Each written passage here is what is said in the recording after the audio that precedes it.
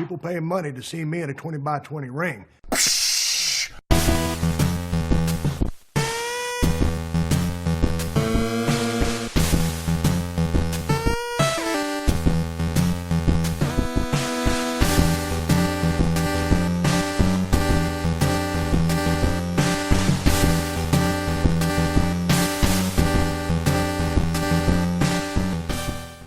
Ladies and gentlemen, welcome back to another edition of the 20x20 Ring Crew. I am your co-host, Joe. I am here with Matt. What's going on, Matt? Hey, what's going on? We're back for episode number 78, which was the year I was born. Kayfabe. And last week, you and I talked about Tony Schiavone being signed to AEW, and we didn't know for sure if he was going to be part of the television commentary crew. It has been made official. It will be him, Jim Ross, and Excalibur as the television commentary crew for AEW Wrestling. I'm fucking super excited. That is beyond huge. Yeah, that was pretty much it from last week as far as I'm concerned. Super J Cup has already started. It's already finished. Yeah. It's already finished. Thanks, New Japan. Yeah, it will not be on the New Japan streaming service until sometime in September. But once again, it will be on there, so you can still sign up, get your 30 days for free, and you'll still catch all of the Super J Cup, even better, all of the G1, and you can sign up for a free 30-day trial through us, 20x20crew.com/podcast/NJPW will get you there. While we're shouting out our sponsors real quick, Sure. I want to give a shout out to Amazon. We are currently drinking their exclusive mountain water called Liquid Death. You can only get that on Amazon. Get yourself a 30-day free subscription through our website at 20x20crew.com/podcast/Amazon. 30 days for free. For Prime, yeah. And you can get, depending on your location, you can certainly get 2-day free shipping, but for certain locations even now do 1-day free delivery. Yeah. So, Liquid Death. Thank you again to Mr. Wrestling 6 for the for the cans there, but it's pretty cool. It's pretty cool shit. They have quite the commercial. It's an animated commercial. I thought it was fake. I thought it was for a fake product. And he's like, no, it's real. You have to have some. And he was kind enough to send Matt and I some cans here. They come in tall boys. I think it's like a 12-pack of tall boys? 12-pack of tall boys. Currently I'm looking at the website, $21.99 for a 12-pack. It is pricey shit. It is pricey, but it's pretty tasty mountain water. I'll give it that. It's water. It's water. It tastes really clean. But it's very clean, yeah. As I'm taking a sip right now. So, yeah, there you go. Shouts out to Amazon. I know we were harsh on Amazon the last 2 weeks, but they are the exclusive supplier of Liquid Death mountain water. Well, the Liquid Death mountain water worked for me. I had no issues with it, so... I thought I heard you hiccup while you were drinking it. Ladies and gentlemen, as always, in the background, we have wrestling going on the big screen here at the 20x20 domain. We're currently watching Ring of Honor's Honor for All show that happened August 25th in Nashville, Tennessee. You know, we have 2 major shows to cover, but I do want to touch on this one because of something that happened the night before. I hate talking about it, but it needs to be talked about. I agree. If you haven't heard already, we're talking about the incident with PCO. If you remember a few episodes back now, there was an incident where PCO was getting a heavyweight title shot against Matt Taven. They were in Toronto, I believe. And PCO decided to go and do this suicide dive to no one. There was absolutely no one where he where he jumped out of the ring, and even Matt Taven was like, "What the fuck are you doing?" Yeah. Who's his manager at the time? Destro. Destro was kind of just like threw his hands up. Yeah, he had no idea. So the night before Honor for All, I don't know exactly where they were, but he did it again. Mm-hmm. He did it again, but this time he had a price to pay. He busted open his right eye. The ridge right where your eyebrow is, he cut it. There was just this disgusting gash that went all the way from the center of his forehead all the way over his eyebrow, and the way they stitched it up, it was all that was stitched, but then it had split above that, like going towards his hairline. So it looks like he's got this big upside down Y full of stitches over his eye, over his right eye. It looked pretty gruesome. There's footage. Someone in the audience caught the actual suicide dive, and then there's also footage of him getting sewn up there in the back, and he's all about the not being human angle as he's getting sewn up there. Matt and I both have an issue with this. If PCO's doing this on purpose as a part of his gimmick to get over, because they keep, even in the article that you showed me, I forget what website it was on, but they mentioned that it was a malfunction in quotation marks. It was a malfunction that caused him to do that. Right. I'm still looking for that malfunction that they speak of. If this is a thing that he's trying to get his character over with, please stop. You're gonna end up way worse off than you did on Saturday night before Honor for All. I mean, you're looking at potential brain damage, permanent cranium fractures. Yeah. I'm not a fucking doctor. I mean, there's probably a laundry list of things that you're going to do to yourself. This is stupid. It's idiotic. We live in the day and age of all this research being done on concussions. None of this can be good for him, especially at his age.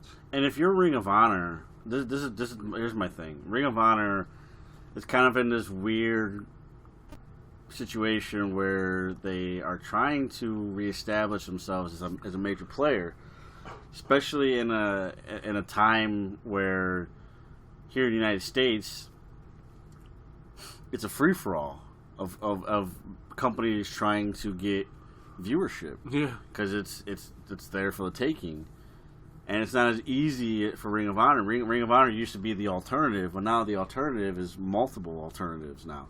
So the problem is, they have to find something to get audiences to pay attention to their product. One of my fears is you are allowing yourself to become the wrestling version of Jackass, where it's just people are there to say, oh, what is he going to do next? How could he possibly top this stunt next? Because I'm going on a limb here, and I'm going to say right now that this was on purpose. This is the second time that he's done this. Either he's got some bad vision problem, which needs to be addressed already, or he's doing it on purpose. Those are really the only two options. Yeah. How do you not know where your opponent's at? Yeah. Before you make that kind of dive, it's completely idiotic, no matter what the situation is. And Ring of Honor should be ashamed of themselves for playing into this shit.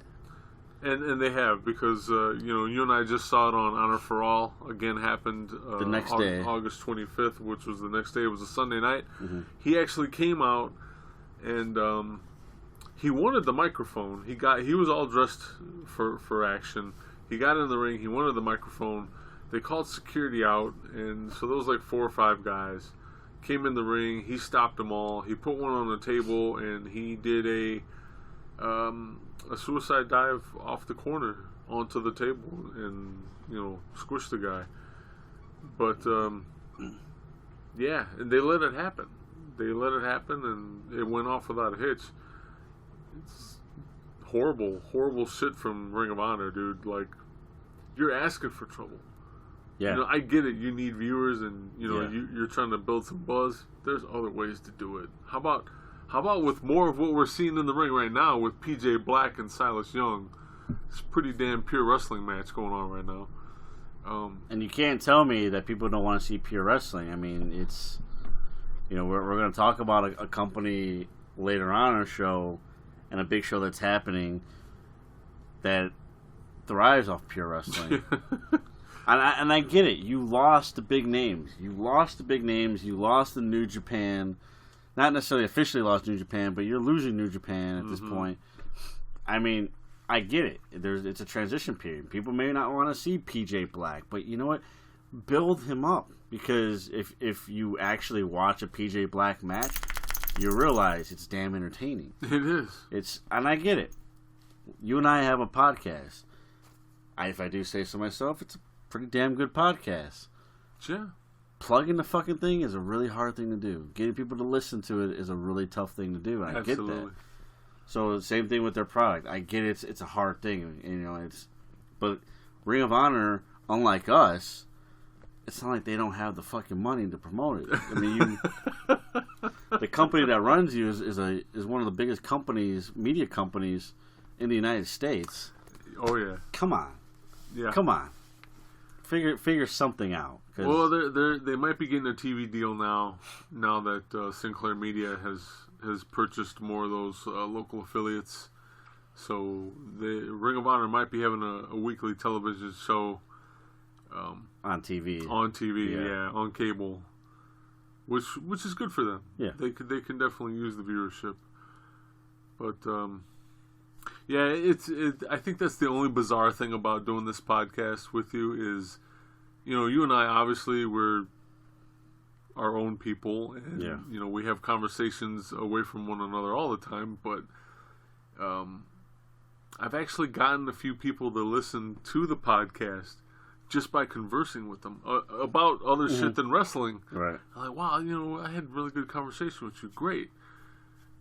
Do you watch wrestling? Yeah, I watch wrestling. This is what we do every week. I got a show. You know. Speaking of that, shouts out to a local company out here, based out in Bloomingdale, Illinois. Now Foods. There's about two handful of people that are just tuning in for the first time. Oh, sweet! Found out about the podcast.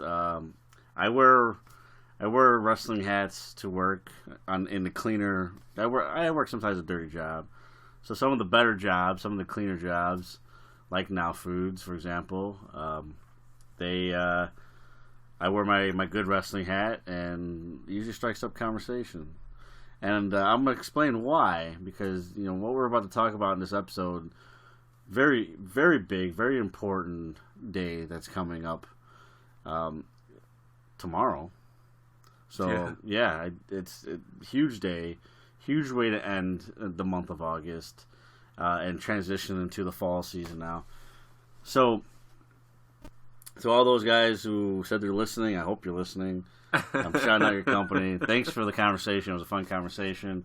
And any viewership that anybody that's listening, thank you so much for tuning in. Yeah, thank you. And thanks just for being a wrestling fan. It's always that's great. The most important part, right? That's the most important part. It is great that wrestling fans are no longer in the shadows anymore. I know, right? It's cool to be a wrestling fan again. I mean, for us, it was always cool. It was something that we never really walked away from, out of sheer disappointment and frustration of the product. Yeah. But it was never like, oh, wrestling is just not cool because it's a phase for us. I ran into a listener at a grocery store, and he reminded me about the Warrior Wrestling show on September 1st. Mm-hmm. It's on a Sunday. It's on a Sunday, yeah. Sunday night in our backyard. I was gonna plug those guys later, but let's go ahead. Let's give them a shout out. Yeah, real quick. Shouts out to Warrior Wrestling. They do put on nice little shows. But this is the best card that they've put together. They've really taken advantage of StarCast. Yeah, pretty much. StarCast is happening. It's currently happening right now. Mm-hmm. as we record this. And again, we have a big show tomorrow. Shouts out to local company and Black Label Pro. I can't plug the show because it's happening as we record. It's a Friday night, or actually, as we release this, they're doing a show with GCW, Game Changer Wrestling. That's right, the co-branded show. Yeah, 2 Cup Stuffed. It's called. Oh man, and that's great. Those are 2 really good companies. GCW doesn't come out this neck of the woods that often. A few times a year. Yeah. But here they are. I mean, again, this is one of those situations, kind of like a WrestleMania, kind of like a SummerSlam, where why not? Yeah, everybody's piggybacking off of everybody, so. And why not? And you know what? Warrior Wrestling, although they're not going to be in Hoffman Estates, they're only like about an hour away. About an hour away, yeah. So, I mean, if you're going to be in that neck of the woods, Warrior Wrestling, I believe some tickets are still available. And check out the fucking deal that they have for $100. There's like 20 to 30, probably closer to 30 wrestlers. Closer to 30 wrestlers you get to meet.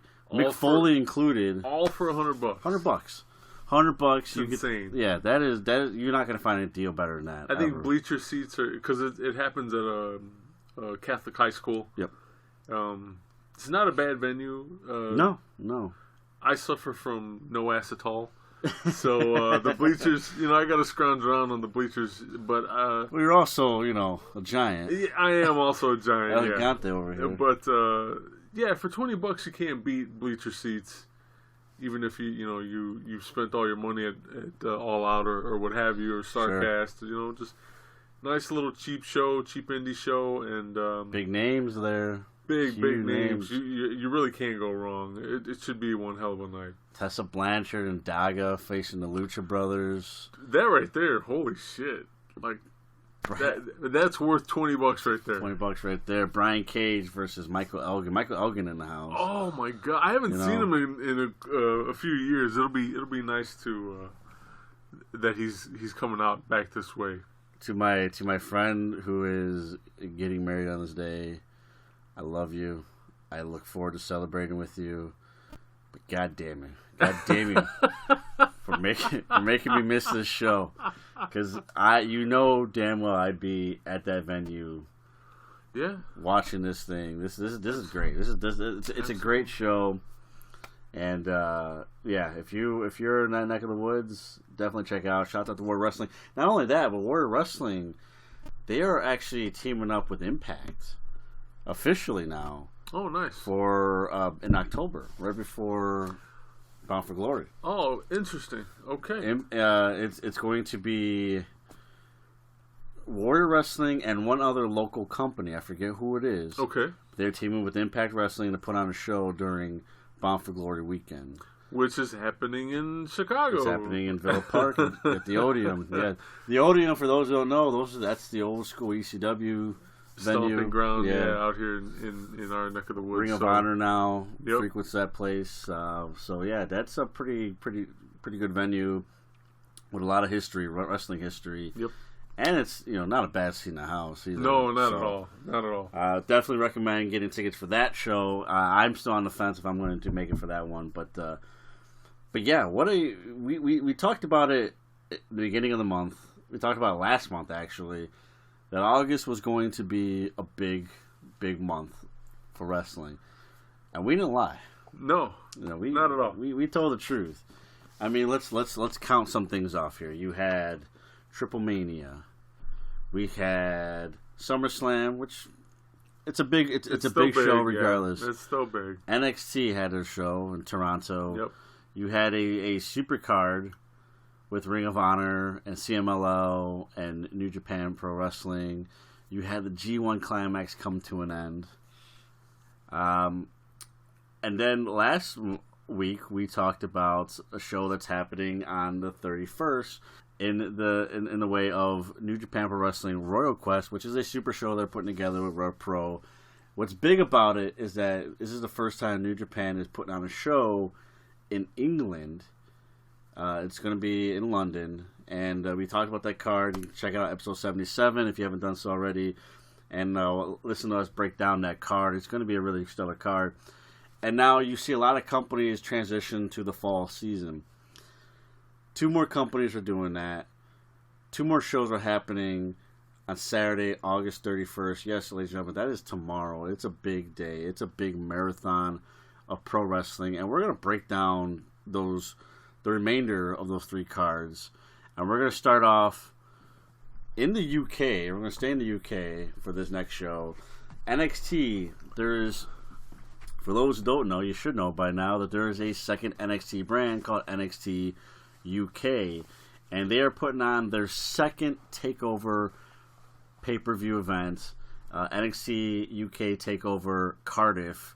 That's happening at Motorpoint Arena, Cardiff, in Cardiff, Wales. And it's going to be on the WWE Network as usual, 2 p.m. Eastern Time, 1 p.m. Central. Keep in mind, this is live, so it's going to be an afternoon show, not an evening show, which is it's great for what's going to happen later on in the evening, anyways. But yeah, you have another major show with this is the smallest card. There's only 5 matches on this card, but I'm telling you right now, this one right now, every single match on here, it's I'm giddy for. And let's just go right to it. Let's start with the most recent match that was made. Featuring 2 guys that one has grown on me, the other one I've been a fan of for a long time. You have Noam Dar versus Travis Banks to start off the show. Noam Dar, I've always been a fan. He was one of those guys. He had to grow on me a little bit. When I initially started watching him, I was like, man, there's a little bit missing. And don't get me wrong, when I first started watching him, he was on 205 Live. Yeah.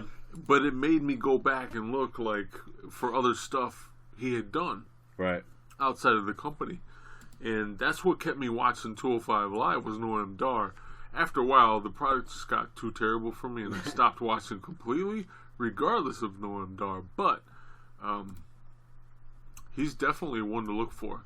I'm excited that he's doing NXT in any form or fashion. Right. You know? He's in his closer to his home roots, and he's taking on Travis Banks, who had a hell of a run in the earlier stages of NXT UK, the UK tournament, which he came so close to winning. But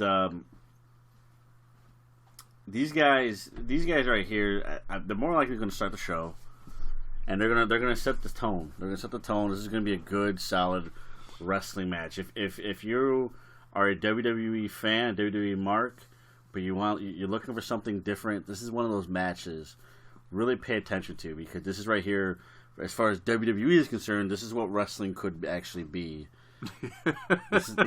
So, and they're really going to set the bar here. They're smaller guys. They're going to be fast paced, but they're not smaller guys as in they're luchadors per se or stuff like that. This is going to be a good British strong style in a way kind of match. Good technical wrestling, submission holds, just very good British style wrestling. This is what the UK is really all about right here, and I think it's appropriate if I'm right that it starts the match starts the card, I should say, because that right there is the really good tone setter. No titles on the line, not the most heated rivalry, but just 2 guys going at it. Yeah, old school wrestling. I couldn't agree more. Like I said, Noam Dar, if you're not familiar with him, you're more than welcome to check out all his 205 Live stuff. 20x20crew.com/podcast/WWE Network. That's all one word. Please be my guest. Minus the shitty storylines, he's got decent in-ring work there. But I really do implore you to go check out YouTube at the very least and look up Noam Dar. That's Noam. Dar is Dar. It's unfortunate that when he was on 205, he got the rivalry with Cedric Alexander, but it was, you had to throw in Alicia Fox for some reason. It was silly. It was silly. Moving on to the next match. This is another non-title match, but what a match this one is. Dave Mastiff versus Joe Coffey, last man standing. I'm excited. Holy shit. I think, it's easy. There's other matches that are going to happen on this card that I could easily be like, oh man, this is my favorite, or this is my favorite. But sure. I'm really this is the one that I would really like to sit down and watch. Mm-hmm. Without any disruption or interference. I just want to sit down and watch this match. Dave Mastiff has really grown on me past couple months. It's a big boy. He is a big boy. But he can move. He can move, man. And it's just, it boggles my mind sometimes. You look at him and you're like, fuck, how does he get around? And then he does shit and you're like, how is that even possible?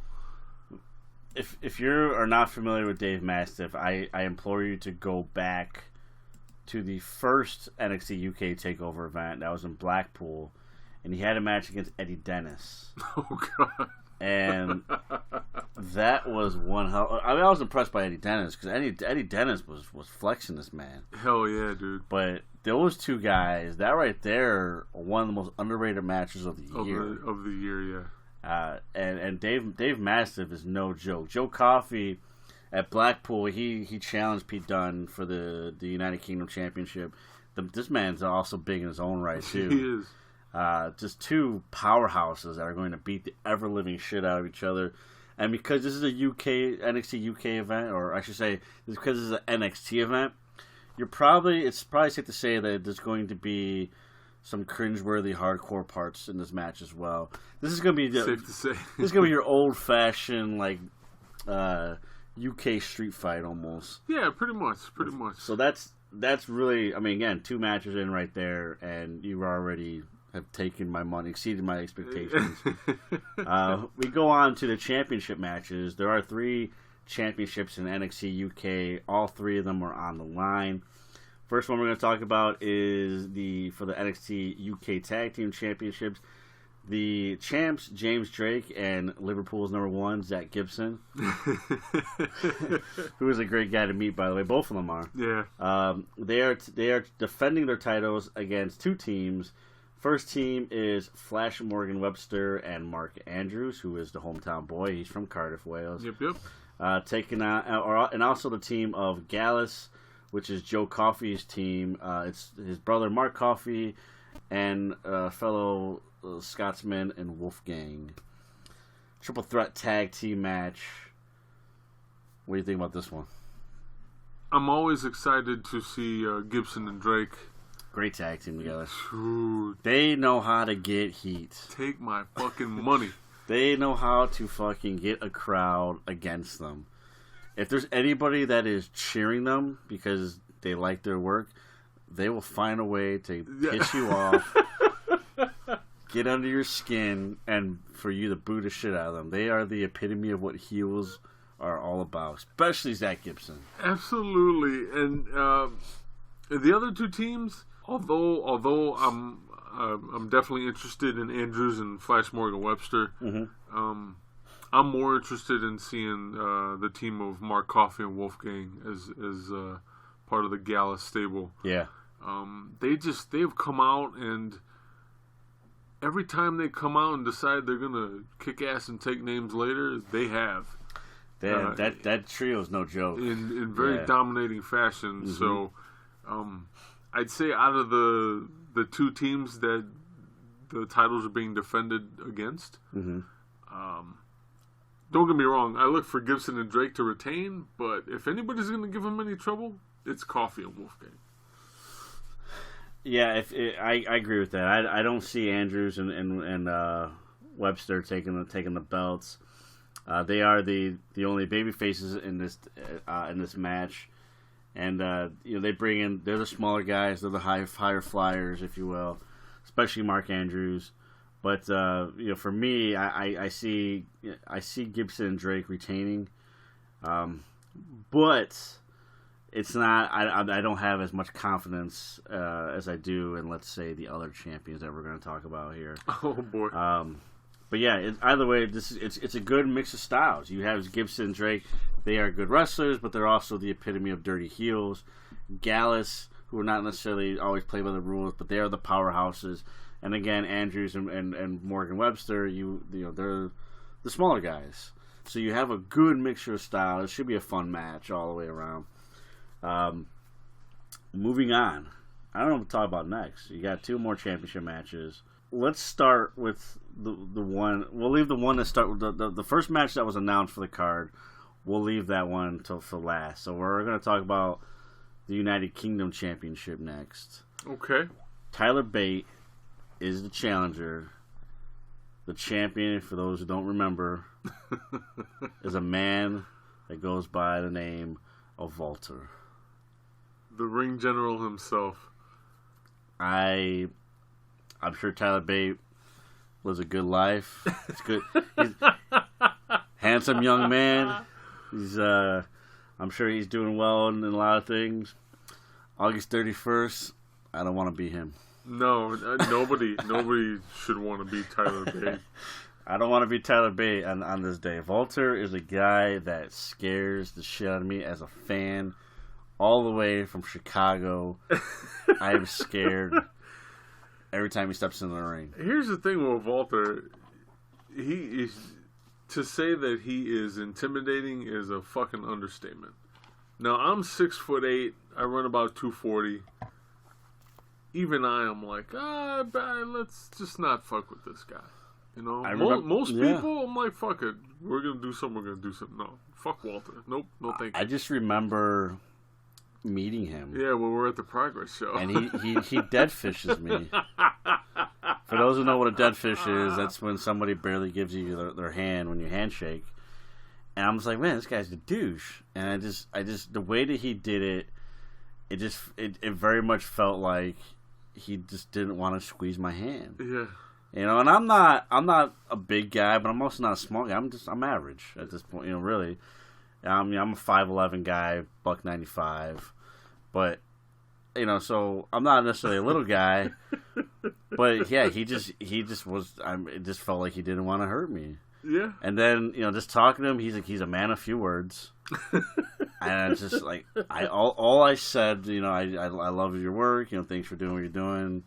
And I bought one of his shirts. I didn't do that because I felt like he was going to beat me up or anything. Like, I actually wanted the shirt. It was a cool design. But I mean, he was just really cool. You know, he said thank you, and you know, I really appreciate it. He's like, you know, hope you enjoy the rest of the show and all that stuff. And it was short and sweet. And I was like, okay, yeah, I'll catch you later. You know, Zach Gibson talked my ear off. Yeah, Zach Gibson. I came once I got the print and all that stuff and picture. I realized I never paid for it. I felt bad. I was like, oh shit, because I would have totally gave him my money. I never paid for it because he's just sitting there because we're just talking up a story. He won't let me leave. That's how much he was talking. Down to earth dude. Next guy, Walter, doesn't want, you know, just says a few words. Okay, you can go now. All right. Intimidating fucking dude, but Walter is one of those guys that he's got it all. He is obviously a powerhouse. To say that's an understatement. Yeah. There's nobody in this business that would chop you harder than he will. No. I mean, he will break your blood vessels in one shot. Tyler Bate better wear lots of Vaseline or some shit, man. He's going to be hurting. But not only that, but what's unfair about him, he does all this shit. He's such a powerhouse. All this shit. And then, I was actually out. I was out to dinner, like a late birthday dinner, with, you know, my parents took me out, and we were talking about wrestling, like Greco-Roman high school wrestling. Sure. And you know, he had talked about like how he wrestled guys bigger than him, and all you do is outlast them. Mm-hmm. The problem with Walter is, more likely, he's got more stamina than you. And it's just like, what are you supposed to do? You know, you can't outpower him. He's fast, so you can barely outrun him if you can. Yeah. And he's got stamina for days. That right there, we talked about the idiot PCO not being human. No. Walter is not human. Real quick here, I did not know this match was happening here. Chase Owens wrestling for Ring of Honor for the World TV title. Yeah, I don't know that. I don't know what brought this about. To be honest with you, I know New Japan. A lot of the guys had remarked that they don't want to work for Ring of Honor anymore because they hate doing it. So I don't know I don't know how or why Chase Owens is on this card. I would love to see Chase Owens do more Ring of Honor if they could make him happy and not do whatever they're doing with the other guys.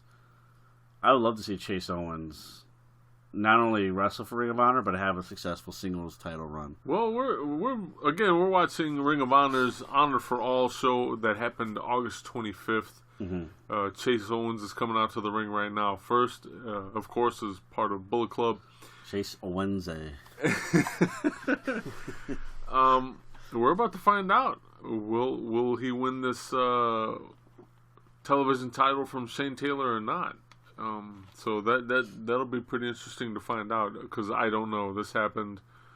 We're watching the show after it happened. So right, and we didn't read any spoilers or anything like that. The only thing that we knew was the situation with PCO. Yeah. Which they actually announced first thing on the show, anyways, that something had happened. Yeah, I would love to see. It's because we talked about this on the show. Was it last week or 2 weeks ago? Chase Owens is a legit player in this business, and he's not a tag team specialist, Kevin Kelly. I mean, he's good at tag teams, but that's not all he can do. But anyways, go back to Walter Tyler Bate. This right here is going to be one of those matches.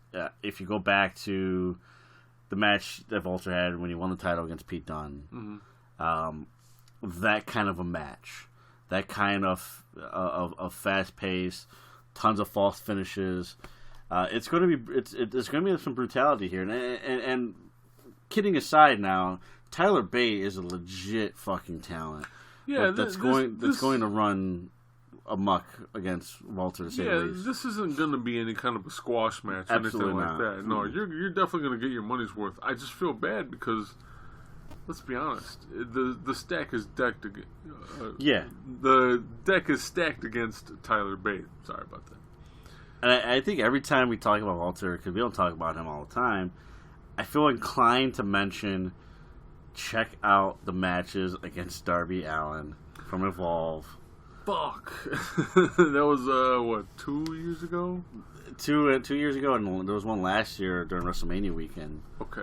Not only that too, but one of the matches of 2018 for us, top matches of 2018, took place at Over the Top, and that was a match against Will Ospreay. Oh my goodness! Hell of a fucking match. I think they go like 45 minutes, 50 minutes.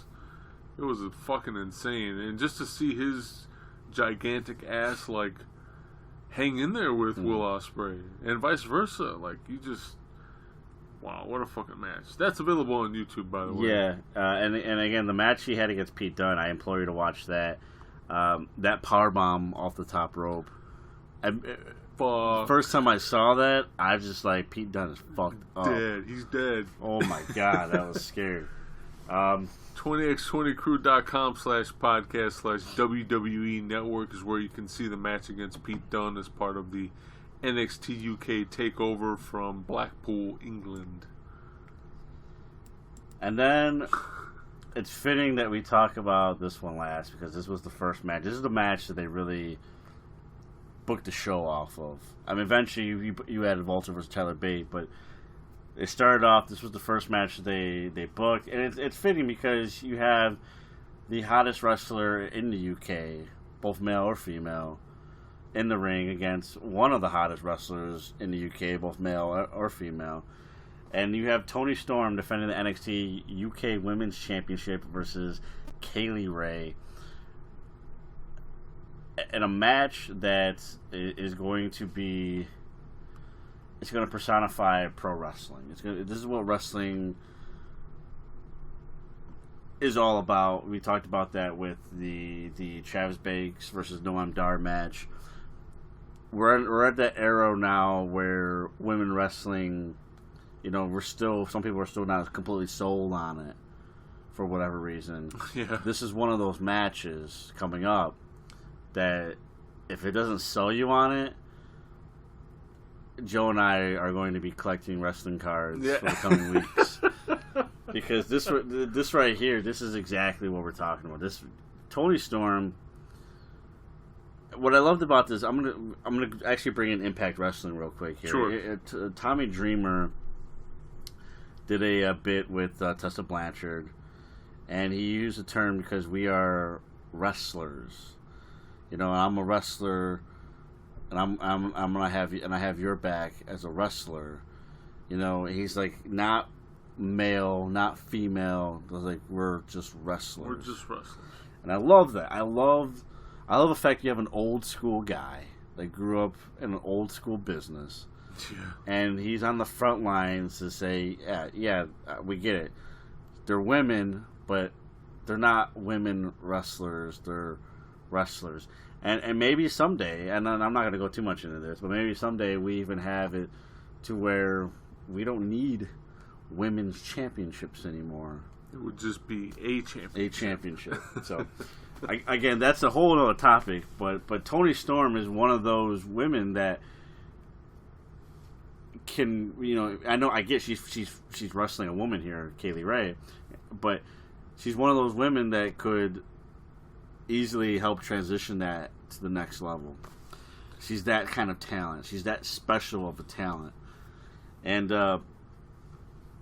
you know, I get a lot of people right now. She's popular. I get it. A lot of people like her right now because of her looks. She's a beautiful woman. Get that? Absolutely, yeah. You know, stunning woman. But I implore you, if you're going to be a fan of Toni Storm, I'm not saying don't like her for her looks either. I mean, you do whatever you want. But she is so much more, and what she brings to the table inside that ring, her looks can't even compare to that. Like it is her in-ring talent. She's one of those special talents that I'm telling you right now, they don't come around all the time. She transcends what most people think of her. Mm-hmm. Most people try to label her, oh, she's just a woman's wrestler. Yeah. Or she's just a pretty face. She is so much more than that. And all it takes is one match. Yeah. Pick one, any one. All it takes is one match for you to watch Toni Storm in, and she'll make you a believer. We were fortunate enough to see her at a Progress show almost a year ago now. Yeah. And that was the first, like, you and I got to meet her during break, and that was the first thing out of my mouth when I walked up there. I was like, you get it. Like, it's fucking awesome to watch her wrestle. Absolutely. And if you need further proof of her in-ring ability, you can go look up. She's done stuff with Beyond Wrestling against men.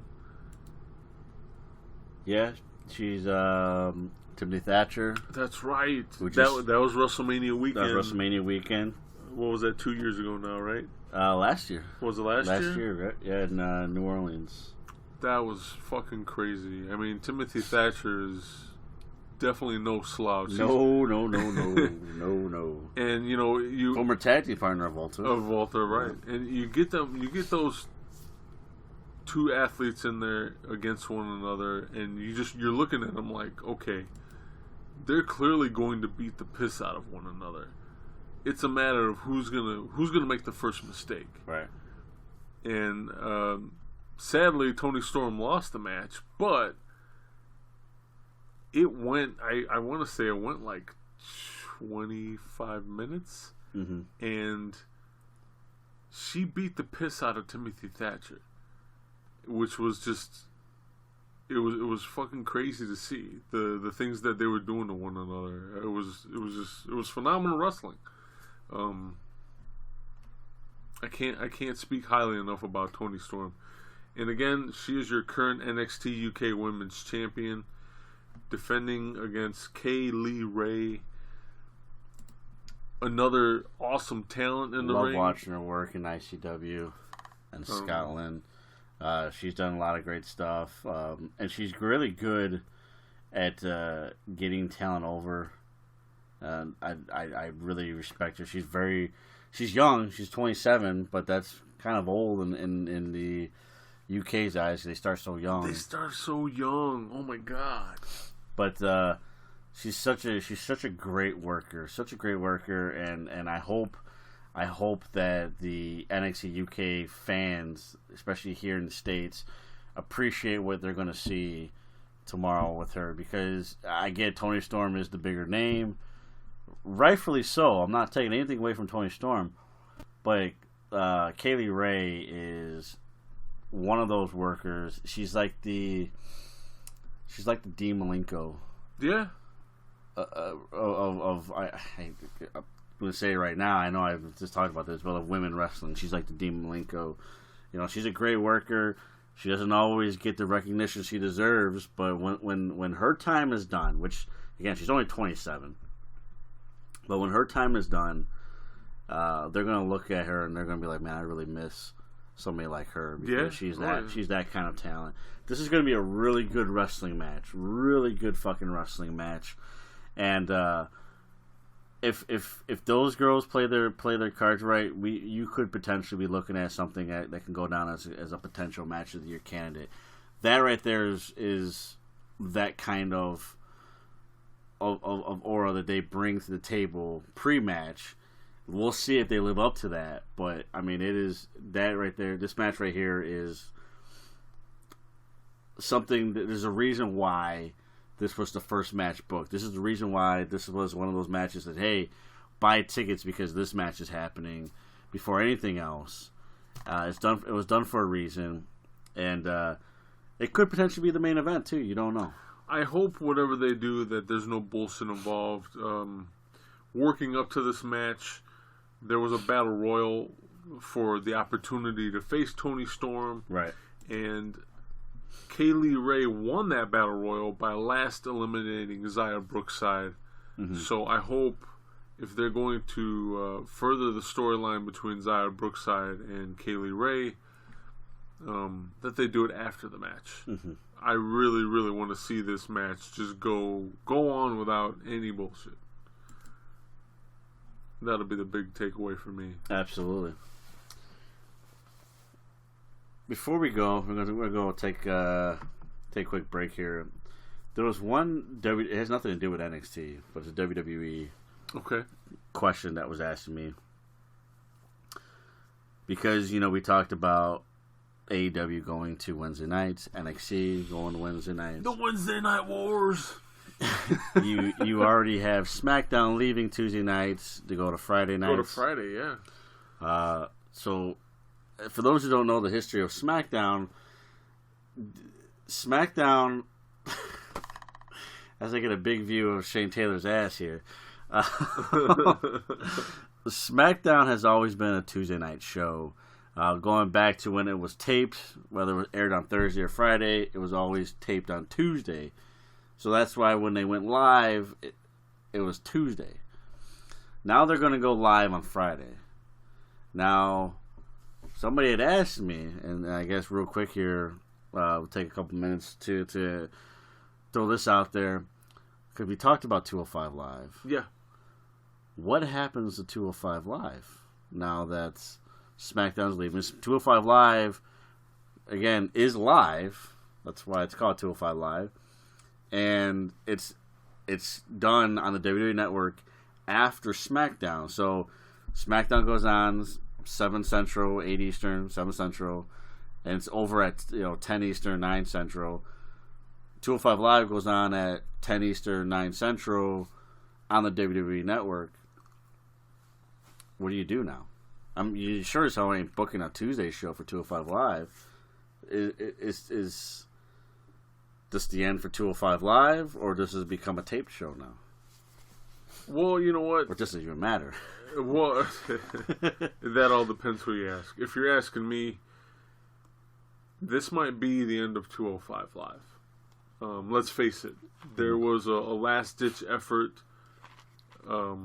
where they were scrambling to get Vince and Triple H in there to kind of help book things and revive it and get the brand over. And I don't think it's I don't think they've done anything. Well, that's because they keep fucking it up. Yeah. So you're going to tell your audience that your top guys are, Randy Orton and the New Day and this and that and Roman Reigns and all these guys. They're going to buy into a lot of the things that you say. So they're going to say, yeah, Roman Reigns is our top guy. Let's face facts here, okay? I'm not shitting on the wrestlers of 205 Live. I'm not shitting on a Drew Gulak. I'm not shitting on a Kalisto or a Tony Nese or Jack Gallagher or guys of that nature. Those guys are great wrestlers. Yeah. I understand they're smaller compared to other guys, Roman Reigns and so on and so forth. In that ring, they have a lot more talent than a guy like Randy Orton, than a guy like Roman Reigns. But they're not booked that way. So for a company that prides themselves on booking and as we see Chase Owens not win the title, unfortunately. That's a bummer. That is a bummer. As we see, so you have a company that prides themselves on advertising. They're really good at plugging shit, right? Why can't... What in your right mind, how do you expect your show to get over when you tell people, almost literally, go home? Once you see Roman Reigns and you see all the other guys, Randy Orton, once you see them, go home. Because these guys, Drew Gulak, who's that guy? He's nobody because we don't fucking build him up. Or Kalisto, who's that guy? Because, instead we're going to give them fucking... sombreros and piñatas and call it a lucha house party. More racist shit, by the way. Yeah. I mean, how was it ever going to survive? How are you ever going to survive when that audience is satisfied by cliche, bullshit, lazy wrestling, and it's just like, oh, the good wrestling happens afterwards, but we're not going to plug it, so we're not going to tell you morons to come to stay. We're going to be like, just go home. Just go home. And that's the reason why you see not even halfway filled up venues anymore for 205 Live. And that's why you see low numbers for WWE Network as far as viewership for that particular show. This was dead really from the beginning. Yeah. I'm surprised it lasted this long. So am I. And it could have been really good. It could have been great. It could have been really good. And it's just another lazy fucking WWE failure. Because it's just very, very mismanaged. Mm-hmm. Very, very booked very poorly. Here's what gets me. On top of this, let's say they do away with 205 Live for good. You have this entire roster of guys now that were just pigeonholed onto that one show, and that's it. So now what? Right. Now where do we see them? Do they get called up? Do they, are they stuck on main event? Are they just doing house shows? My answer is NXT, because NXT is going 2 hours.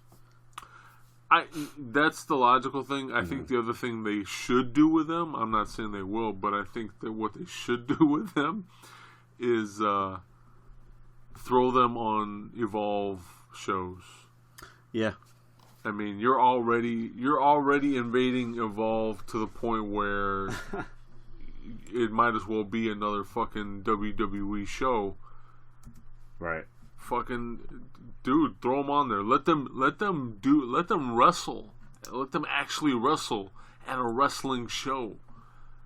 I would be so pumped to go to an Evolve show to see a Jack Gallagher or a Tony Nese or whomever else is left on that fucking roster actually wrestle. That'd be a great fucking time. Guys against guys like AR Fox. AR Fox, there you go, thank you. You know, I'm drawing a fucking blank now. But, Well, we can't say Austin Theory anymore. yeah, because he got called up. But you've got, you've got AR Fox, you've got members of the Skulk, Leon Ruff. There's tons of opportunities out there.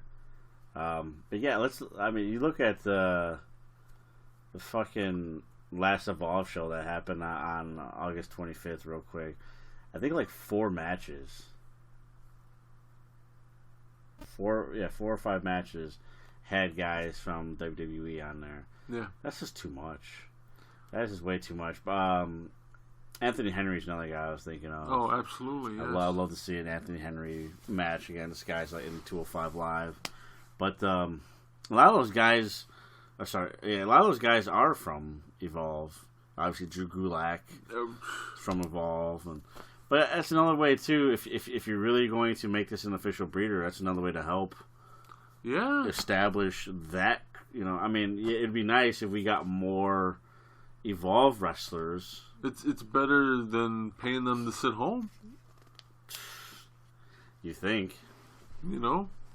You would think, but yeah, somebody asked me that question. And it's a solid question, and my answer is it ends. It comes to an end, and yeah, it's unfortunate because you have a cruiserweight championship belt that has good wrestling matches for the most part. Not all, some of them have been okay at best, but for the most part, been really good. But you've had no build up. You just wasted that talent. Yeah. And that's.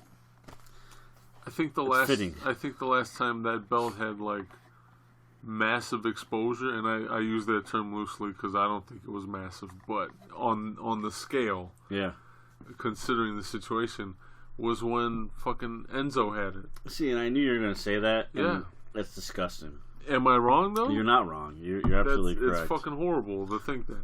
That is such a disgusting thing to say, and the unfortunate thing is that it is the fucking truth. Enzo Amore was the most recognized cruiserweight champion that company's ever seen, and that guy is a lazy piece of shit that can't do anything right. We're staring at four guys in the ring right now who are not lazy. Mm-hmm. So we are going to take a break and pay some bills while we watch Ring of Honor's Honor for All. We're about to watch them boys, the Briscoes, defend the ROH Tag Team Championships against the legendary Rock and Roll Express in fucking Nashville. So everybody, stay tuned. This episode of the 20x20 Ring Crew has been brought to you by Podcoin. Joe, if you're anything like me, you love podcasts, but wouldn't it be better if you got paid while doing it? Absolutely. Fellas, ladies, children of all ages, you can now be paid to listen to us, the 20x20 Ring Crew. That's right, ladies and gentlemen. Sit there, enjoy Matt and I, go back and forth about professional wrestling all day, all night. Now, it's not straight out cash. You'll get paid in pod coins, but you can change those pod coins in for stuff like gift cards to Starbucks, Target, Best Buy, what have you. Or if you're anything not like me, you can donate those pod coins to charity. Which is, that's always a good thing. Absolutely. So all you gotta do is visit us at 20x20crew.com/podcast/podcoin. I know it's a little bit of a tongue twister. It is. Again, that's 20x20crew.com/podcast/podcoin. And don't forget, use the invite code 20x20pod when you sign up for the Podcoin app. It's going to give you 300 free coins right off the bat the moment you sign up for free. And Podcoin is available for both iOS and Android. And you get to listen to not just us, but a plethora of podcasts at your leisure. And the more you listen, the more money you make. It's that simple, folks. 20x20crew.com/podcast/podcoin. Get yourself signed up today. Remember, invite code 20x20pod for 300 free coins. And as always, we will see you in the ring.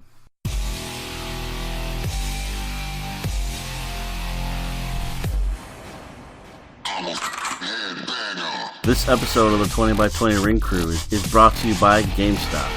GameStop, where you can buy new and used video games, consoles, and accessories. Got games you no longer play? Trade them in for cash or credit towards a new game to add to your collection.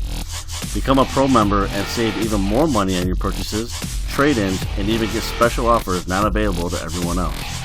If games aren't your thing, GameStop has a wide range of toys, apparel, board games, and other collectibles, including pop vinyls, including exclusives not sold anywhere else. Visit us at 20x20crew.com/podcast/GameStop to find out how you can get started. And remember, power to the play.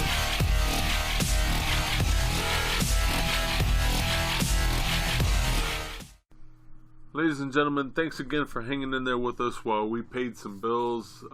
As always, thank you to all of our sponsors, including Podcoin, and all of you new fans that are here as a result of Podcoin. Thank you again so much. Thank you for all the support, guys. Yeah, everybody, thank you for listening. I know wrestling isn't for everyone, but it's for us. And with that, let's go right into it, man. Right in our back fucking yard. We're about an hour away from the venue. All Out, August 31st, tomorrow, Chicago, Sears Center. We were there for All In. Yeah, yes, we were. That was a hell of a night. It's a night I'll never forget. Oh man, it was great, dude. It's old and gray, man. All In is what pro wrestling, everything I love about pro wrestling. Yeah. That was all of it was about. All of it. So if you have not seen All In, that is a show that you just need to watch. But yeah, so we talked about Royal Quest. We talked about NXT UK Takeover Cardiff. Those are happening in the afternoon because they're happening overseas. They're happening in the UK. Yep. Time zones, ladies and gentlemen, they exist. So you have All Out. It is one of the biggest shows of the year for AEW. Probably their biggest show. Actually, guarantee their biggest show, with the exception of maybe their first show, Double or Nothing. But this is also their final show until October 2nd, which is their debut show on TNT. They're going to be a weekly TV show.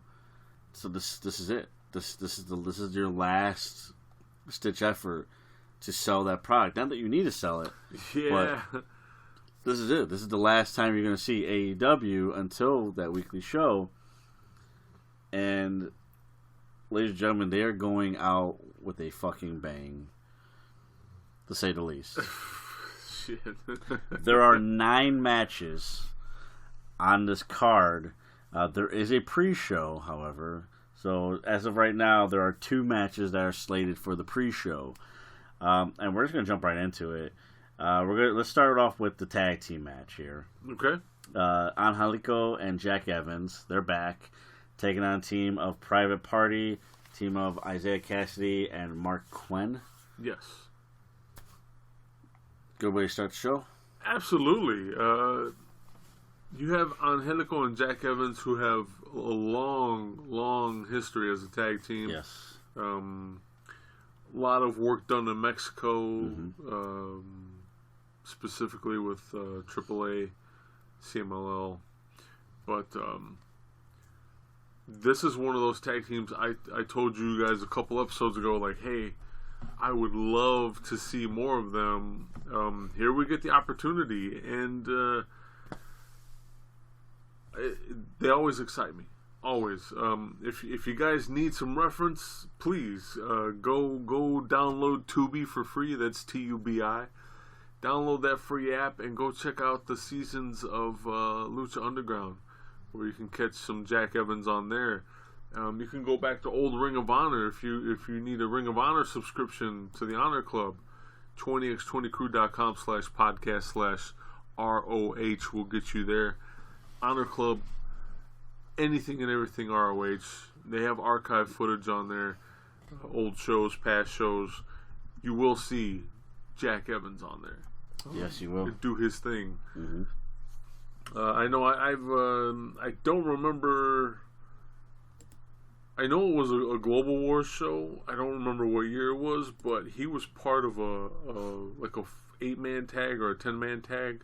Yeah. Where they did stuff with Dragon Gate in ROH. And, I remember those. Oh, yeah. Man, that was a hell of a fucking match. Just to see Jack Evans just do some of the shit he does. You know, you've got tons of guys out there who are, super athletic, and do all kinds of these crazy moves. Jack Evans does all that shit, but he's also what is the word I'm looking for? He's like ultra athletic. Yeah. He will do handstands and headstands and all kinds of shit, and you look at him like, how the fuck are you doing that? And wrestling on top of it. So that's what you have to look forward in this match against Private Party. Great way to start out the fucking pre-show. It's a fun match. Yeah, it's going to be a hell of a match. Definitely just a fun match. Two potentially teams too. Also keep in mind that might be in the tournament for the absolutely for AEW the tag titles. Titles, yeah. So we will find out. I maybe even at All Out we'll have those brackets unveiled potentially. I don't know if that's for sure, but yeah, really fun way to start off the show. And then at Double or Nothing, you had a 21-man casino battle royale in which the winner received a shot at the AEW World Championship. Well, now at All Out, on the pre-show, you're going to have a 21-woman casino battle royale in which the winner will receive a match for the inaugural AEW Women's World Championship. That championship will be decided on the inaugural episode of AEW on TNT. Again, it is unofficially named right now. That is happening again on October 2nd. So by October 2nd, we're going to have two champions in AEW. 21-woman battle royale. So far, this is who we have announced. We have Nyla Rose, Britt Baker, Allie, Brandy Rhodes, Teal Piper, Evelise, Jazz, Big Swole, Sadie Gibbs, and Awesome Kong. That leaves over half the field still to be decided. 11 people still to be named. More than likely, I'm assuming they're going to do it the same way they did at Double or Nothing, in waves of 5, with the exception of the final. Right, that was the Casino Battle Royale format. So, right. Real quick, shout outs to Evilise for working this show. I hope this leads to bigger and better things for her, and a possible signing with the company. She did try out for NXT. She was not picked. How do you not pick her? Well, that's a good thing. So she was not the graduating class that she was supposed to be in.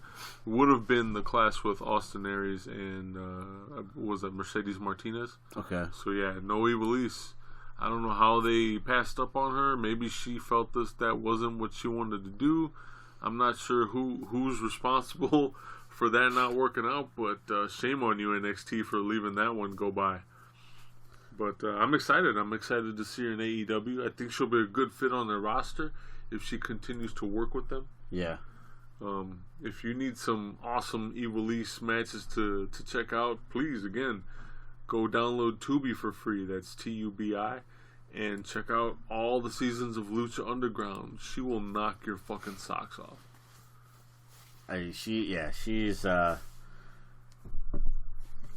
She's got it all work going for her. I mean, she's got the Lucha Libre style. She's a great technical wrestler. I've seen her do a lot of submission style wrestling too. And on top of all that, she's not afraid to get physical. No, not at all. We've seen her do some crazy shit in the ring. It makes sense. You're trained by somebody like the likes of Savio Vega, Carlos Colon. I mean, it makes sense. So I mean, not to get too off topic here, but did you hear the main event for the next PCW Ultra show? No. Mil Muertes versus Savio Vega. Oh, shit. Oh, shit. Okay. But, yeah. Shout out to PCW Ultra. Absolutely. Love them. Great company. The other thing I have to say about all these participants so far, Teal Piper. Teal Piper has come out, if you don't know, that is Roddy Piper's daughter. Yes.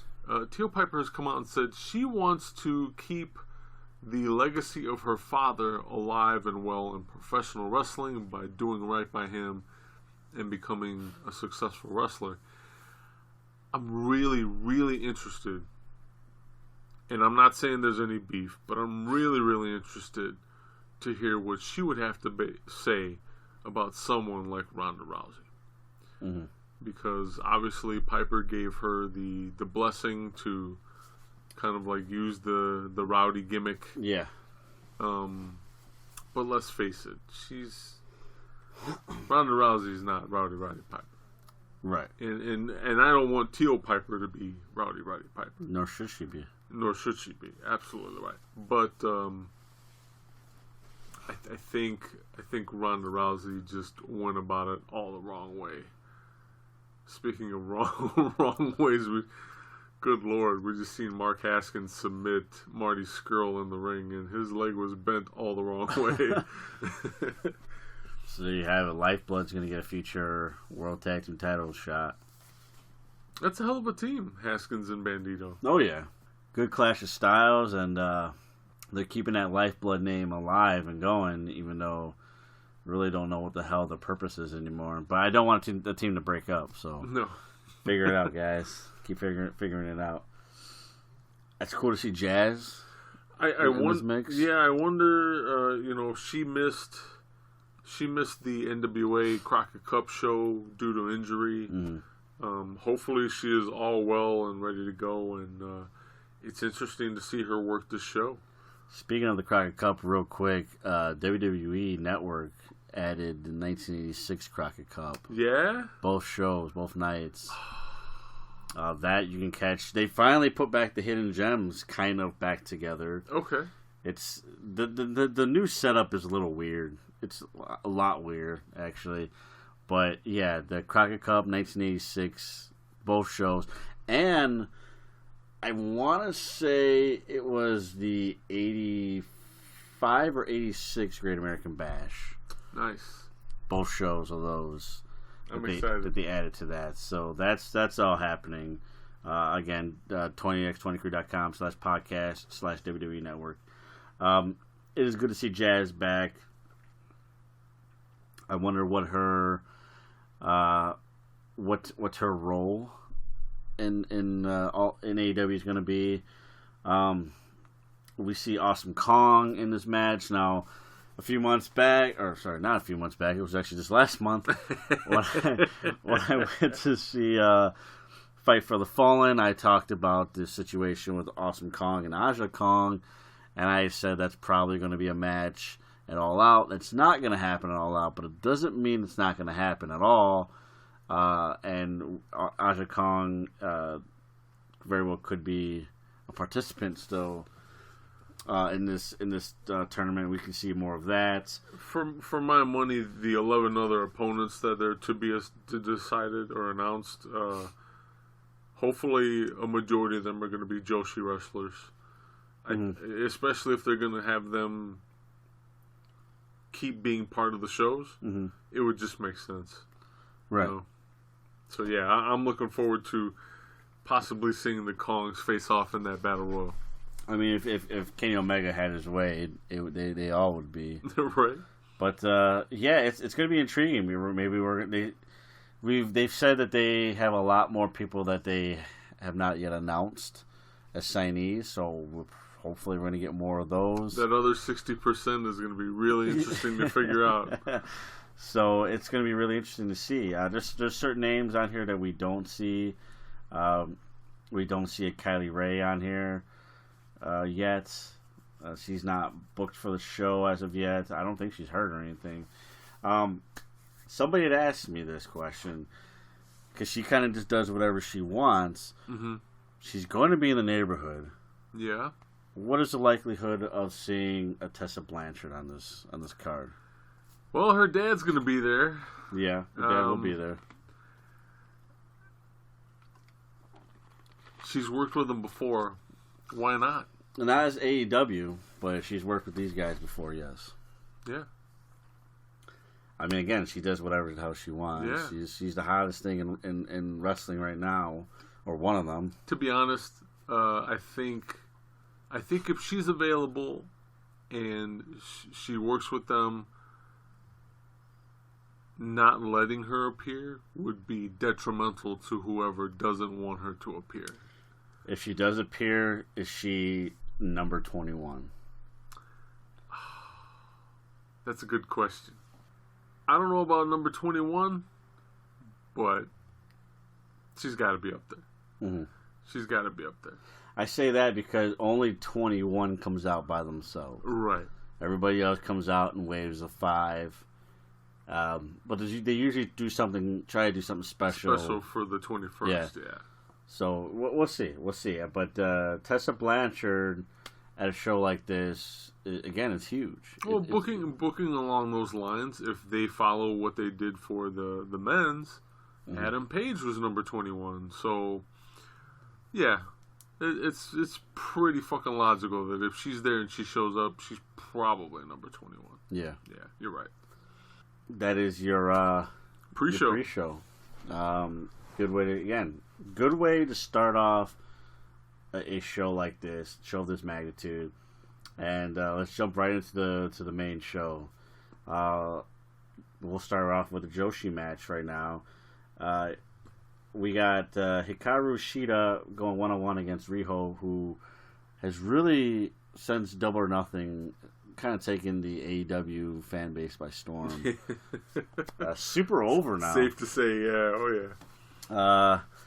Whether this starts the show or not, I don't know. It's going to be earlier in the show, but I don't think it starts the show. No, because if you're doing the 21-woman casino battle royale, sure, yeah, you're right. I think this is going to be middle of the show. If I had my way, yeah, throw it in the middle of the show. I have a match that I would start off with, and I'll talk about that one next. Again, Joshi Wrestling, kind of a tongue twister there. It's a good, fun match for those who don't know a lot about these women. Some people have even made fun of the name, some of their gimmicks. But when the bell rings, they're taken by surprise, and hopefully this time around they stay entertained, but not necessarily surprised, because you shouldn't be surprised anymore. Right. These women are fucking legit. Yeah. Really good match. No matter where you put it in the card, it's going to be a really solid match. The next match is what I'm about to say is probably what should, for me personally, start the show, because a lot of these other matches that we're going to talk about, with the exception of the first match I just mentioned, either they have championship implications, or there's a heated rivalry / really big name talents in the match. Okay. Not saying that these guys aren't big names, but this right here is going to be a match that is going to be chaotic, extremely fun, and a really good way to transition from a battle royal to the rest of the show. And that's the 3-way match between Darby Allin, Joey Janela, and Jimmy Havoc. Fuck. That's a car wreck right there. It is a car wreck. Darby Allin alone, I mean, he's that wrestler. He's highly capable of wrestling just about any style of match. Yeah. And for whatever reason, he's always looked upon as the underdog. He is a small guy. Mm-hmm. And maybe that's what it is. Maybe it's his size. That's really about it. But he goes into the match, and most people who watch him, they're like, oh, man, there's no way this guy's going to fucking win. And then he starts to wrestle. Mm-hmm. And whether or not he wins is at the end of the match is besides the point, because he has already won you over. No matter whether it's a win or a loss for him, he's already won you over, and that's what Darby Allin does. You know, whether it's him versus Walter, and all the piss that got beat out of him in there, all three times, or you know, him versus Cody. Yeah. Again, you're looking at that match and like, there's no way in hell Cody's way better than Darby Allin. Who the fuck is this little punk kid? And then he starts to wrestle. But then you throw him in there with the bad boy Joey Janela, who is all over the fucking place. And I say that in a loving way. I do love Joey Janela. And then you have Jimmy Havoc in there, who is pretty much the epitome of fucking hardcore wrestling, minus a Nick Gage these days. You know? He follows the show, by the way. So be nice. He's another one, like, you're good over there, I'm good over here. But you're right, this is a fucking car wreck. This is a car wreck and a half. This is a fucking interstate multi-pile-up is what this is.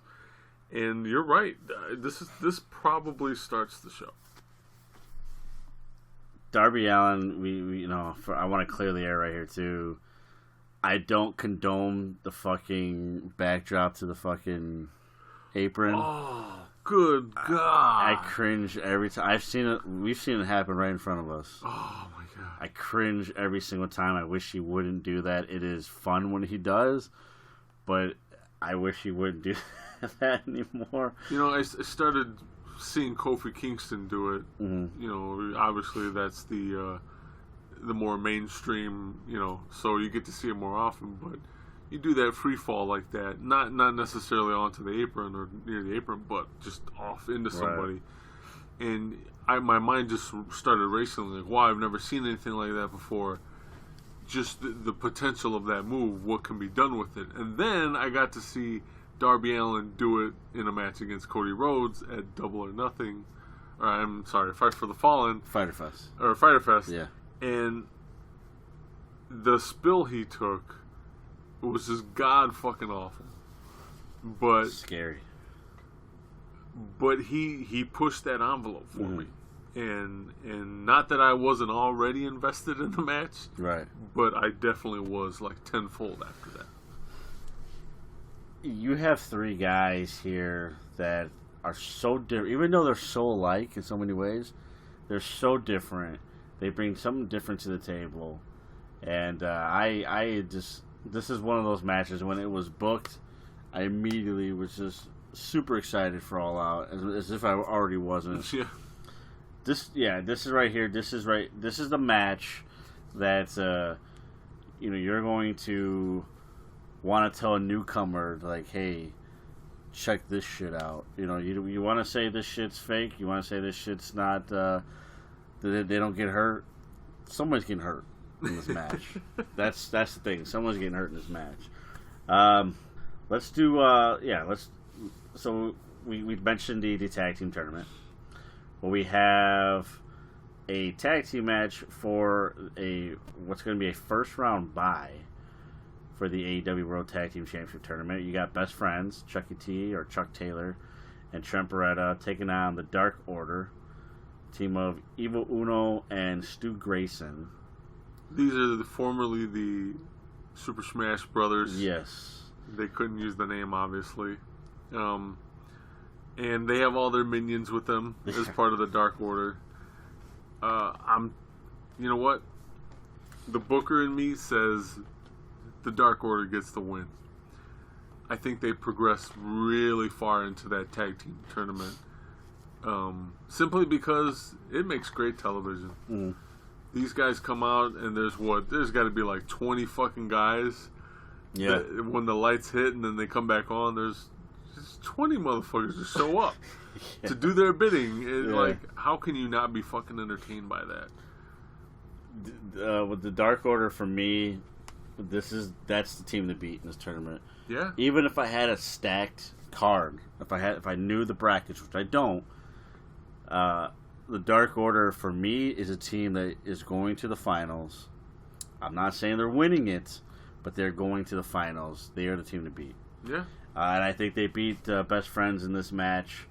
I'm interested to see what kind of brackets they're doing.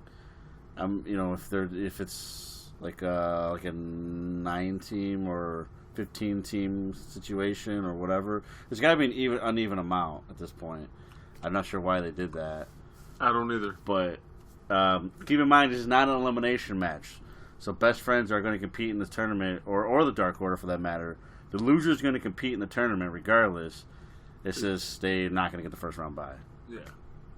But again, you had to incorporate this match because although there is another tag team match on this card, you have to incorporate your tag team roster onto this card because this is like your final advertisement. Yeah. I want everybody to understand that one thing here. AEW is super over. I get that. I really do get that. And I could wear the hat that I wore as an AEW hat that I mentioned earlier that I wear sometimes at work. And it sparks a lot of conversation. Ladies and gentlemen, what you are witnessing in the wrestling world, and I know I'm going to sound extreme like a dork here, and that's fine, but this right here is the wrestling world's version of a revolution. Yeah. It is changing what what you and I, Joe, and what everybody else has seen, and it's all happening by this company as well as other companies that we've mentioned. With that being said, you cannot rely off of momentum alone. No. Because momentum eventually stops. Absolutely. So you have to plug. Even the big companies. We talked about Ring of Honor. AEW has to plug everything. And if you wanted to incorporate a tag team tournament, you better fucking plug a tag team match in there. And that's exactly what this is. It's gonna be a fun tag team. 4 very good wrestlers, 2 very good teams, and it's going to be a fun tag team match. To me, I think the Dark Order wins. I don't see shenanigans within the match. After the match, but for after sure. the match for sure. And it's going to be a fun one. And again, you're going to advertise that tournament, and you're probably going to unveil your brackets after that match or at some point during that match. Safe to say, So, again, they're handling everything very well. I'm very pleased by how this card is shaped up thus far. The next match we got here is we got Cody. We have the guy who really is kind of like the face of AEW, even though he's one of 4 executive vice presidents. But Cody going one-on-one against Sean Spears with Tully Blanchard in his corner, which is a big deal. Sean Spears, some people don't really know who that is quite yet. Right. He is the perfect 10, or he was the perfect 10. He was the perfect 10. Ty Dillinger, a man who they never fucking used in WWE for whatever fucking reason. Oh, man. He's here in AEW. He made himself known at Fyter Fest. He busts open Cody pretty bad. His gnarly chair shot. And they're going at it. They're going at it at All Out. And again, he's back. Sean Spears is backed by the legendary Tully Blanchard himself. What do you expect out of this match? I expect a big surprise to be unveiled in this match. You've got Sean Spears coming out with Tully Blanchard. I think the no-compete clause is just about up. And So what you're saying is the enforcer. I believe the enforcer, Arn Anderson, will make his presence known in Cody's corner. And if that's the case, I can't fucking wait. What better tool, what better weapon to have in your arsenal against your competition than someone like Arn fucking Anderson? That's a guy, we talked about it twice now. You stay over there. Even at his old age. Oh, yeah. I ain't fucking with the Nope. Enforcer. Nope. And before we get crazy with, fantasy booking and stuff, I'm just going to say it really quick. Yeah, there's horseman-like potential here. Maybe down the line. Sure. Why not? Don't call him the Horseman. Call him something else. Sure. But absolutely. Absolutely. Oh, yeah, I agree with that. What I love here, too, again, Sean Spears is a guy who has all the talent in the world, but needs that one big match. Cody's doing it again. Cody is fucking using his power as one of the biggest names in pro wrestling, and he's booking himself in the match with Sean Spears.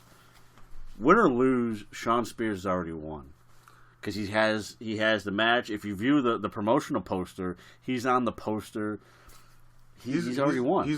Cody's doing his job. He's gonna get him over. That's win, lose, or draw. That's wrestler meets executive VP, and it makes me feel so good that we're not gonna get the old school, because they're being called the new WCW. That's what they're being called. Yeah, WCW 2.0. 2.0. First they were just a t-shirt company. Yeah. Now they're WCW 2.0. But how they're proving that they're not is they're getting other talent over. Younger talent. Now, I mean, I know Sean Spears isn't necessarily young anymore, as far as the wrestling age is concerned, but his career is still in its infancy. Yeah. And he needed this match, and I think they're both going to work well together, and Cody is going to get the kid over in that sense.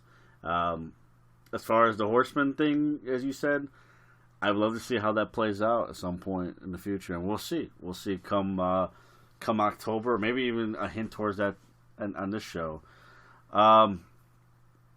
We got to talk about this next match here because there's one thing, and AEW is getting shit for this. It's not their fault, but they're getting shit for this because for the second time they had to change the card a bit.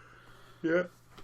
Now, for those who are not wrestling fans or newer to the game or are mainly WWE marks, there is a line that a lot of wrestling cards used to have on the bottom of their card in smaller print, and it states that card subject to change. Lest we forget that every single person, man or woman, is a human being with human bodies. What? And people get hurt. And unfortunately... Not wrestlers, man. Not wrestlers, no. And unfortunately, Jon Moxley is a victim of that. Yeah. And because of that... by the way, we wish Jon Moxley speedy recovery. Absolutely, man. Hope to see Take him care back. of that elbow. Yeah, hope to see him back in the ring very soon. But he will not be there soon enough for All Out, and Jon Moxley is officially out of the match. But AEW fucking does it again. I'm not sure, maybe you know how this went down, but I'm going to announce the match real quick, and if you do know, please jump in. Okay. The match is now Kenny Omega, who was originally supposed to face Jon Moxley, against a man who I assume he was originally supposed to face all the way back when they first announced AEW as a company, and that is Pac. He is back. Well, actually, he's coming for the first time. He's coming for the first time. But he's back working with AEW again. Do you have any information on this? I'll tell you what I know, and it's probably just everything you already know, but okay. Let's go back and remember, Pac was supposed to take on Adam Page. At Double or Nothing. At Double or Nothing. That didn't work out because he had a little bit of the Bret Hart syndrome. Yeah. That title was not a prop to Pac, and he did not want to, as a champion, he did not want to lose, regardless of whether the title was on the line or not, because he felt it would make him look weak. And so there were some creative differences, and they were like, well, we're not going to do business right now. But they assured everyone, AEW execs assured everyone, hey, he's coming. Mm-hmm. He'll be here. At some point, he's going to be here. So they switched around all these booking plans to make way for Pac when and where he decided to get off his high horse. I get it. Pac is, again, one of those ultra athletes. Mm-hmm. And he can do it all. And fuck. If it weren't for fucking Enzo Amore and the bullshit he pulled, He might still be in WWE right now. he might still be in WWE right now. Yeah. So, but he took time off. He came back. He came back to his home in Dragon Gate. Won a title there. Mm-hmm. That is the title I'm referring to. Right. Carries it with such prestige, and I love him for doing that. But it's besides the point. No one's trying to take away your Dragon Gate title. Mm-hmm. They want you to be a part of this revolutionary brand. Right. He's no longer that champion, by the way. He is no longer that champion. So now he's back. He's back without leaving. And here he is with Kenny Omega. I don't know exactly how this turned out to be. Mm-hmm. If you're asking me from what I know and just using simple logic here, he had to have been waiting in the wings. He lost that belt. The moment he lost that belt, all those creative differences go to the wayside. Now I'm ready to come and work for you guys. And it just so happens Jon Moxley unfortunately got hurt. So we need somebody. You're coming anyway. Mm-hmm. Why not give him Pac? This was the match they wanted to do anyways, originally. Yeah. So it's weird how things work out. But yeah, Kenny Omega versus Pac. We heard a little bit of how it got to be. Now let's talk about the match. Match of the night. Safe to say, dream match, right? Shit, dude. Hell yeah. Oh my god. This is no disrespect to Jon Moxley, who was tearing it up this year.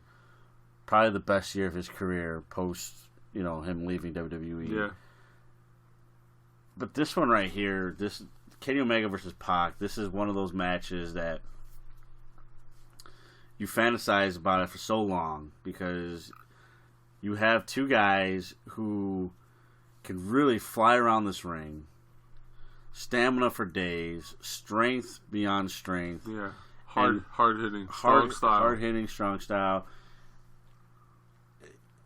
Two gaijins that learned the Japanese way, and on top of all that, two absolutely amazing minds in that wrestling ring. Yeah, I think that gets forgotten sometimes.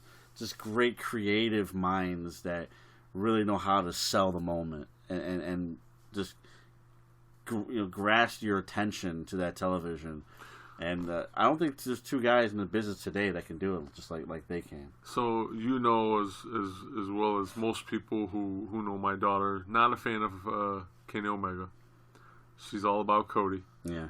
And so you take that into consideration. But Pac, she has the utmost respect for. I don't want to say she's a fan. Mm-hmm. I won't say that. But okay. His time as Cruiserweight Champion in 205 Live, mm-hmm. The first thing out of her mouth was, you know what he looks like? He looks like he belongs in Lord of the Rings. Okay. Fair enough. And I'm like, all right, I could see that, I guess, but watch him wrestle. Oh, no, he's going to be trash. He's going to be trash. The moment she saw him wrestle for the first time, and he landed that, 450 or 630 that he does? Yeah. Somewhere around there? Something like that. Like corkscrew. She was just in awe. Mm-hmm. Complete and utter awe. How the hell did he do that? She actually rewound the match and watched it like 3 or 4 times. And ever since then, there was no more Lord of the Rings jokes. None of that shit. She, again, I don't think she's a fan, but she respects the hell out of him. And that's what you get with a lot of people with Pac, especially if they're not familiar with him. Like, oh, he used to be on 205 Live. He couldn't hack it there. No. None of that bullshit. Nope. Didn't happen that way. Yeah. If you believe that, I am so sorry for you, and you can email or send us your wrestling card. Yeah. So I'll leave it at that. But dude, dream match upon dream match upon dream match for the ages right here. You're two of the best in the business today. I can't wait. For me, this is match of the night, and I say that knowing you have like Cody versus Spears, you have the 3-way match, you have the one we haven't talked about yet. Two that we haven't talked about. But more so the other tag team match. Yeah. So yeah, for me, I can't wait. I hope they go at least like 30 minutes. Mm-hmm. And I want them to beat the piss out of it. I can't wait to see Kenny Omega deliver a V trigger to Pac. Oh yeah. And I can't wait for Pac to return fire with some corkscrew 450. Mm-hmm. Just to see it happen. For those that are poking fun at AEW, saying they did it again, they fucked another one up because they had everything to do with Jon Moxley getting hurt, by the way. The joke's on you, because this right here is still better than anything you're gonna fucking see on Monday night, on Friday night, on your fucking shitty pay-per-views. Yep. I mean, holy fuck. They did it again. They took something really bad and turned it into a really fucking good positive. You took shit and you turned it into roses. I mean, holy fuck. I saved in the last match because in respect of the championship. Sure. Yeah. So let's do that. The next match I'm going to do is for a championship, but it's for a tag team championship, which is still prestigious, of course. It is for the AAA World Tag Team Championship. Again, doing business with other companies is a great thing, ladies and gentlemen. You have the Lucha Brothers, Pentagon Jr. and Rey Fenix, defending the AAA World Tag Team titles against the Young Bucks, Matt and Nick Jackson, Escalera de la Muertes.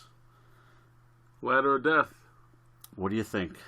What do you think? This right here, this happened at Double or Nothing. This happened at 2 AAA shows, and one of them being a 6-man or a trios match, I should say. Right. This happened at Fyter Fest. Right. Again in a 6-man tag. We've seen these teams go at it a lot. More than likely, this is the end. This is the final time, at least for a while. Fitting way to end it. Yeah. The way when this got announced at Fight for the Fallen. Again, I was there live in Jacksonville, Florida. I speak very, very broken Spanish. Okay, I'm not gonna give you my history. I know the essentials. Sure. There wasn't a whole lot that I could understand with Pentagon Jr. He speaks Spanish. Uh-huh. But I did hear the word ladder. And they were on top of a ladder. Yeah. So that was a dead giveaway. But I heard the word ladder, and immediately I announced it in front of everybody that was there in my area. We couldn't understand what was going on, but it's like they just called out the Young Bucks. And they just challenged them to a ladder match, and it's going to happen at All Out. And then Rey Fenix confirms it, and everyone looks at me like, "Oh, you know a lot of Spanish." No, I don't. But I was. I mean,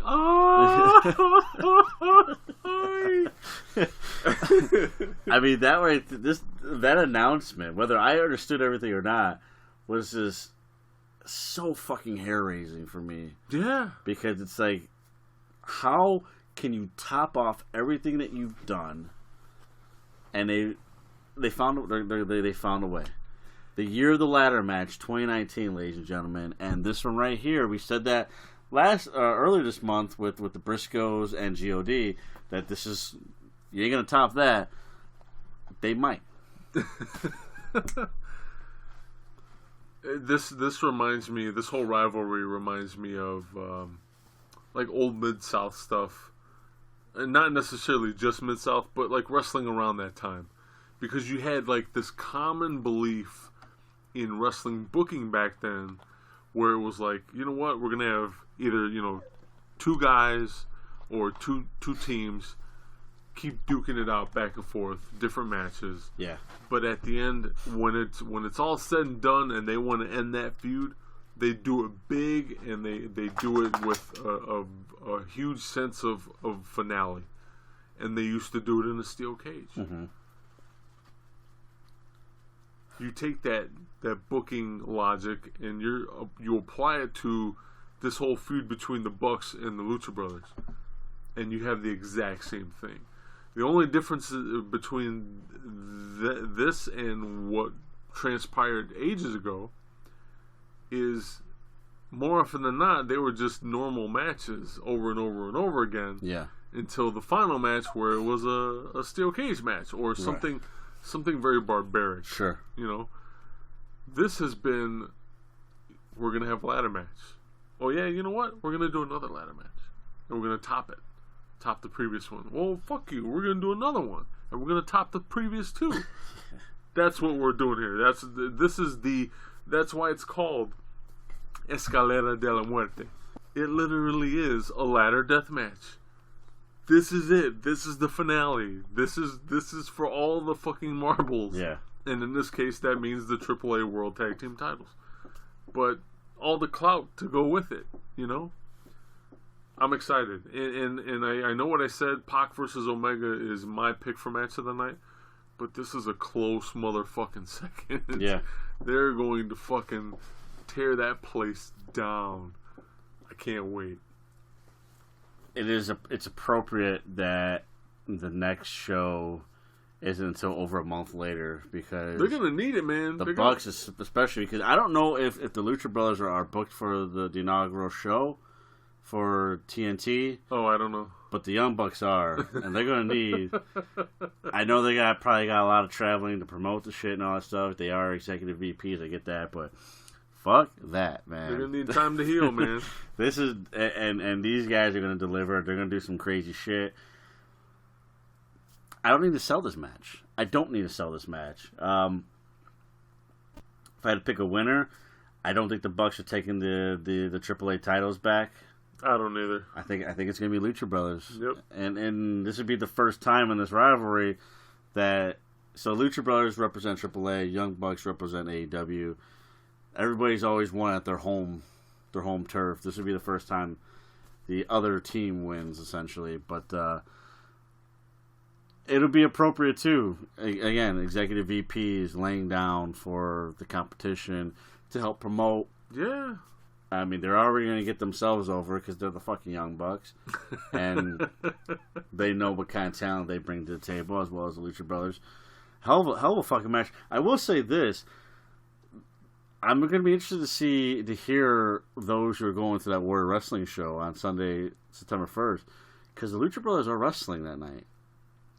I'm interested to see how that goes. They got Daga and Tessa Blanchard the next night. So...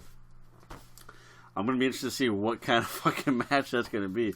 If I'm Warrior Wrestling, I might have a team on standby just in case. Yeah, absolutely. But there's one more match to talk about. And this one right here, I'm excited for. But you're right. Kenny Omega, Pac, probably match of the night. Lucha Brothers, Young Bucks, if not match of the night, a close second. This one right here, I'm not taking anything away from. No, not at all. It got picked last for sure to talk about because it's for the inaugural AEW World Championship. It's a big deal. It's a huge deal. Adam Page, Chris Jericho, first time ever too, by the way. You got the seasoned veteran, to say the least, and Chris Jericho versus the guy that last year showcased throughout all of 2018 that he is not the future, but he is the now of pro wrestling and can prove that. Really win or lose, but especially winning that title. And for me, I would understand a Chris Jericho championship reign to go into TNT and help promote TNT. I get all that, but I think if you're gonna do it right, for me, the first champion needs to be a guy that represents what AEW is all about. Not the name, but the wrestling, and that's Adam Page. I couldn't agree more, and I think a lot of people are pretty much banking on Chris Jericho winning that title. Yeah. Because they are getting TV. But you know what? It's a lot of those same people who are probably sitting there saying, oh, this is WCW 2.0. Yeah. You know? Sorry. For me, it's going to go like this. Page wins the heavyweight title, first champ, and then they go into TV a month later, and they can easily pick up that feud back up. Oh, yeah, of course. With Jericho coming out, talking shit, whatever, building that feud back up. For me, that the long play here is where my booking mind goes. Why take the time to make Jericho your heavyweight champ, and then wait a month later to have him start spouting off on television? Mm-hmm. He's already won the title. What does he really need to spout off about? Right. Fuck that. Nope. Make Page the champ. Month later or what have you. Maybe, give or take a few days. Page walks out. It starts shit back up again. I'm excited. It's troubling sometimes to hear some of these wrestling fans talk about like guys like Chris Jericho, because they're huge Chris Jericho fans and this and that and all that, and that's fine. We tend to forget how good Chris Jericho is at promoting. Does anybody really think that he needs a belt to promote? No, absolutely not. If you think that, you're sorely mistaken. And the other thing I want to say about the match too is, if you don't think Jericho's not going to get Page over, not that he really has to try very hard, but if you don't think he's going to do that for him, you're fucking dead wrong. You're dead in the water. This right here, this is one of those things where it's important for them to get on the right foot too. We talked about getting, advertisement, but and I'm not saying to buy into what a lot of the bullshit people are saying about you, but at the same time, you still want that viewership. Yeah. You still want their viewership, and one of the ways to do that is to find ways to prove that, hey, we got TNT. Yeah, you got a Rhodes that's running this thing, or at least partly running this thing. I get there's a lot of similarities with WCW. I get all that. One thing that they're not going to be is the company that just gets their buddies over, gets the old timers over. And Chris Jericho is a guy that worked for that company. Chris Jericho is one of those guys that suffered because of that. That's why he left. One of the reasons why he left, because he knew he was never going to get over in WCW. So he went to WWF and eventually got over from his work, from both on the mic and in the ring. Chris Jericho is going to be one of the last guys that's going to stunt the growth of Adam Page. Hold anyone back. Because he's had that happen to him.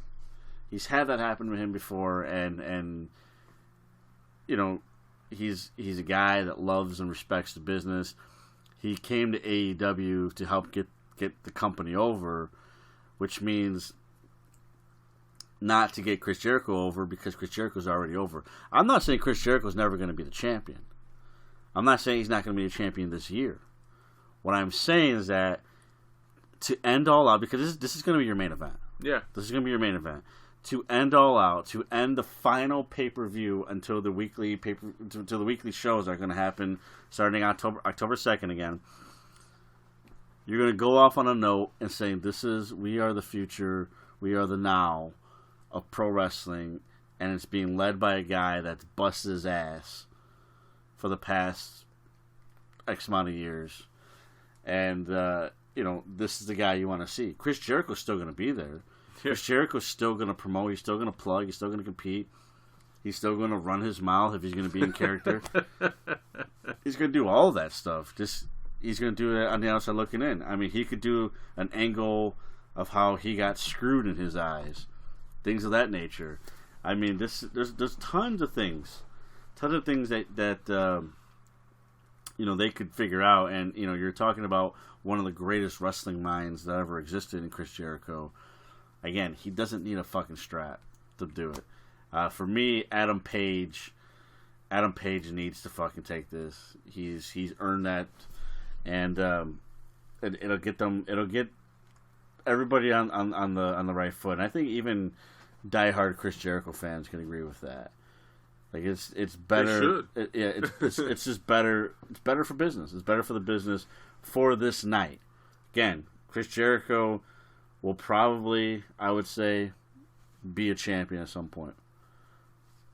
But not on August 31st. No. The only thing I don't like about this is just the timing of Adam Page's leveling up in professional wrestling. If we go back 2 years to the G1 in New Japan, he was part of the tournament, and first of all, he was multiple people's picks to win the tournament, and obviously he didn't that year. But the show he put on, his game raised. Mm-hmm. He was like he was on a whole nother level. He was a completely different wrestler in a good way. To see him go through all that, through that tournament, and be as hot as he was, it was such a crazy story to have as part of the G1, because it's like, wait a minute, this guy is mathematically, he's not winning it anymore, but look how fucking hot he is. Mm-hmm. And then what happens? They all leave. Yeah. And nothing happens for months. Mm-hmm.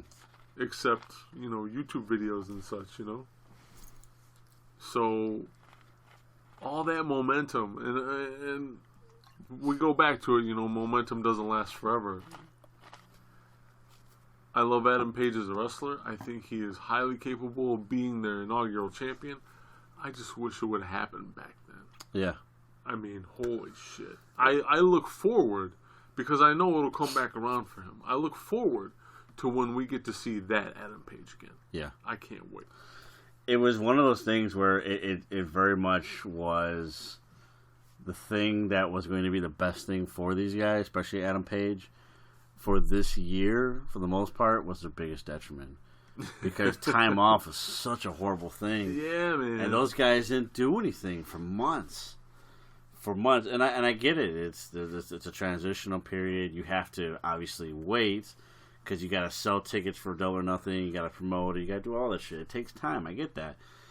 But it was very unfortunate, because he was the guy that showed the most in that G1, as far as younger talent is concerned. Besides, like, your top guys that eventually won it or came close to winning it, it was the surge of Adam Page. Yeah. To the point where Kenny Omega is getting on the mic and saying, "This guy, this is the guy." That's right.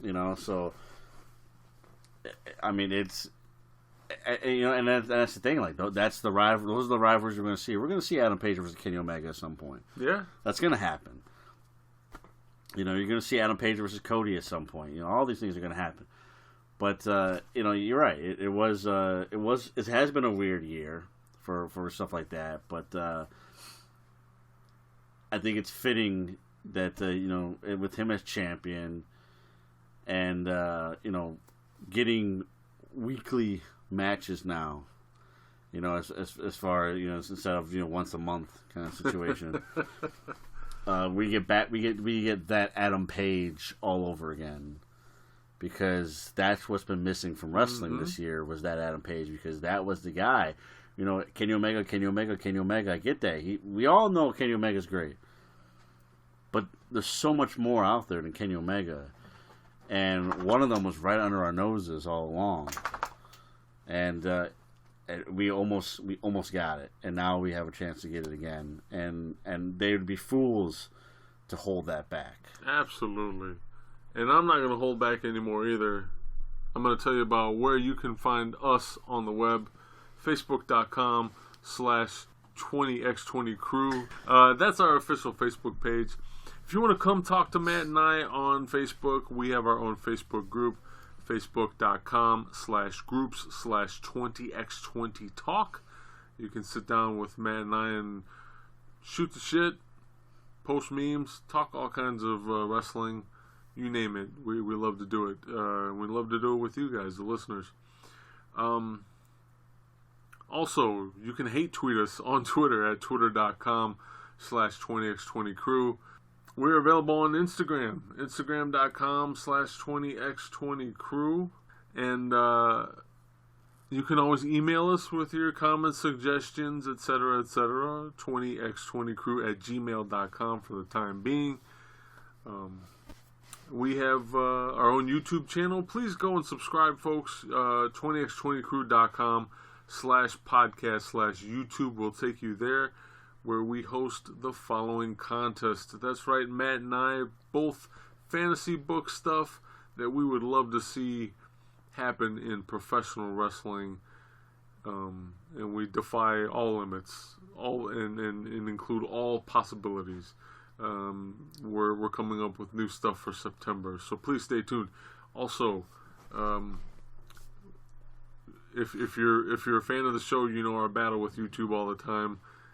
That's also part of the problem. But hey, we fight that good fight, and we keep trying to post stuff on there as quick as they will let us. And as always, our home on the web is 20x20crew.com, where you can find merch, all of our past episodes, and you name it, all there, right there for you, for the taking, for you to peruse and consume and the like. It's been a fun week. Absolutely. It's been a fun month. We're going to wrap up the month of August with these three great shows that we talked about the past two episodes. I can't wait to see what September brings and the rest of fall. But until then, I've been Matt. He's been Joe. Ladies and gentlemen, 70 episodes and you're still fantastic. and until next week, we will see you in the ring.